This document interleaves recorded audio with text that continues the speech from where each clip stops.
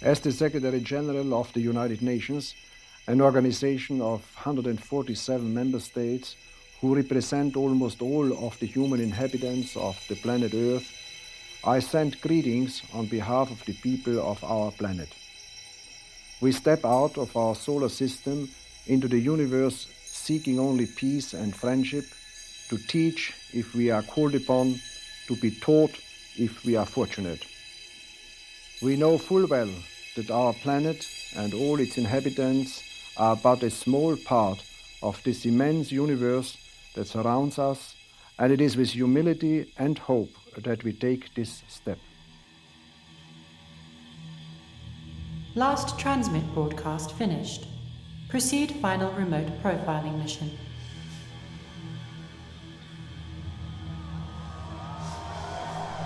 各位观众，我们翘首以盼的日子终于到来了。此时此刻，地球国际与舰队国际协同全人类都将踏入一个激动人心的新纪元。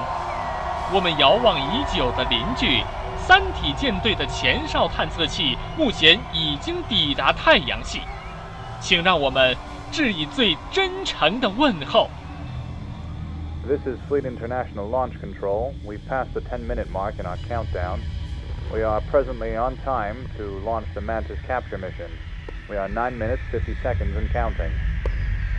Our observations team, operated by Fleet International and overlooked by Solar Fleet Joint Conference, are currently slowly orbiting around the probe. While we keep our eyes on their readings, we'll go ahead and listen in on our network's remote observations experts and their thoughts on this historical extraterrestrial contact.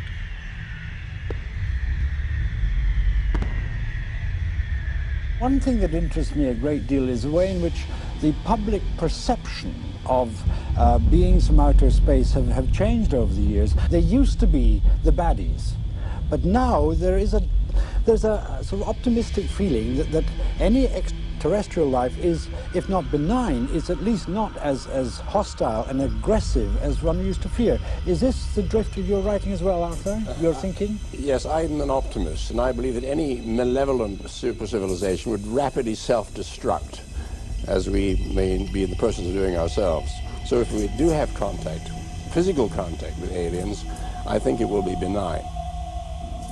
Do you think that other planets might have the same kind of system in which there would be a morality, in which there would be people taking moral attitudes, which may not necessarily be the same as ours, of course? Well, all societies must have some moral structure. I mean, otherwise you just can't have a society. There must be understand rules, the way you behave to our neighbors. So morality, in some way, is essential and universal. There's an incredible level of craftsmanship to these little things. Whatever manufacturing processes were used to achieve the smoothness, finish and overall purity is unprecedented. We should have some magnified scanner images coming in shortly. You have to wonder what it looks like on the microscopic level, because the electromagnetic forces are simply not that strong to stack the atoms side by side.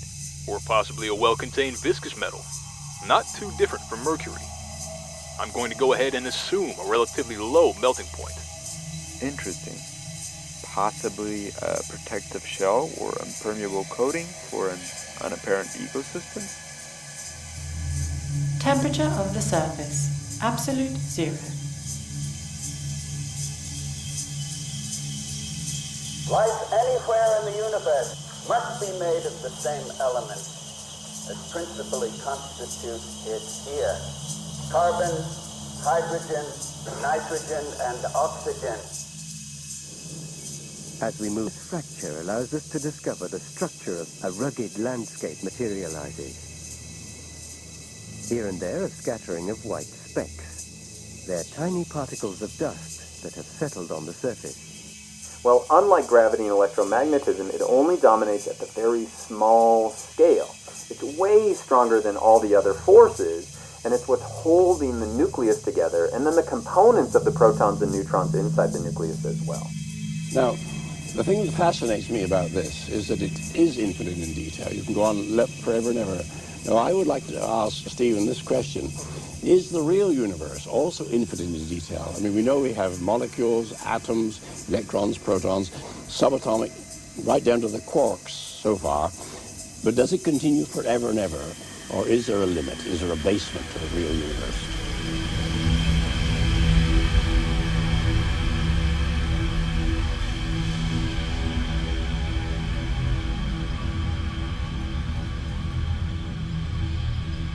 I suppose if you were to ask what instrument would be the image of the announced topic, you surely would say people are going to talk about what they see through a telescope. But in fact, at least most of the speakers have really spoken on the topic what they see in the mirror. The simple truth is that before we can communicate with others successfully, we must first learn to communicate with ourselves successfully, with all the different peoples and nations of the earth. Can conceive of no nightmare as terrifying as establishing such communication with the so-called superior, or if you wish, advanced technology in outer space.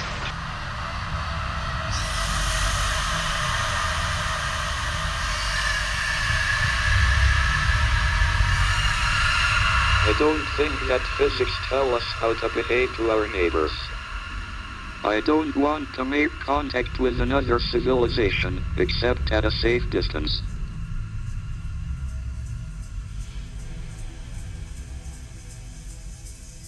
The object's evolution is circular, 1 meter in diameter, and appears to be 3.5 meters in depth. In terms of materiality, the blended substance currently remains undefined, with no traces of any existing elemental properties within our databases. Based on our current radio wave transmitters, no life has been detected.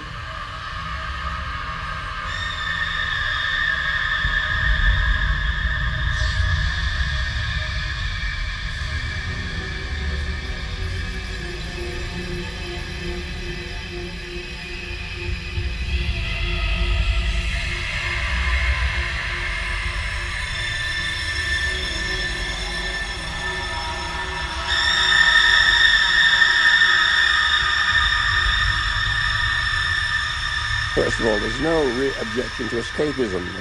The only people who don't like, who object to escapism are jailers. And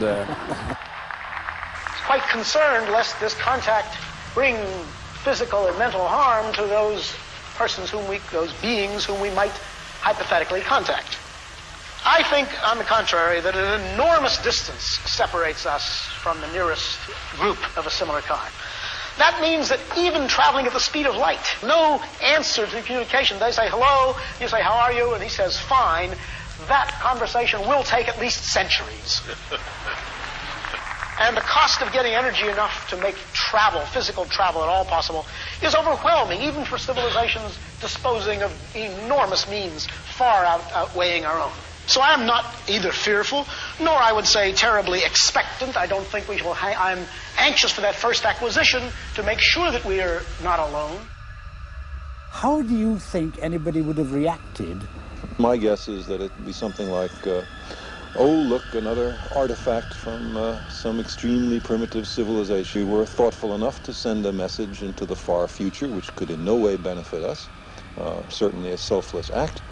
Perhaps it would be recognized as a hopeful and optimistic gesture by an emerging civilization just setting foot into the great galactic wilderness. Some more advanced civilization, science and technology in outer space doesn't thrill me, but just the opposite. I turn when I do back.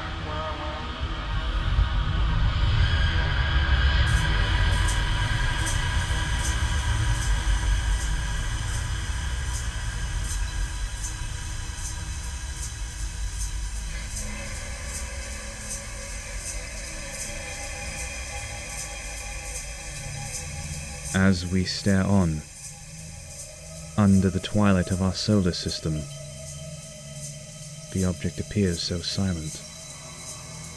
Like a 2. 它是如此的安静、平和、孤独、脆弱。正是它的独一无二打动了我们。我们无法想象，一个被摧毁了无数次的文明，为何依旧如此的沉稳、安详。最后，就让我们一同祈祷，见证两个文明接触的伟大时刻吧。T-11, 10, 9,